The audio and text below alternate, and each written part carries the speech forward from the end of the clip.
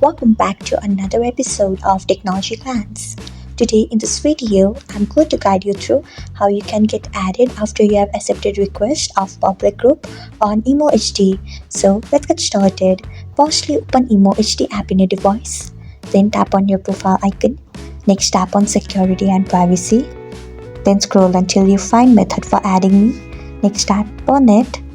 After that, you can see the option of public group. Turn on it by tapping on it. So this is how you can get added after you have received request on public group on Emo HD.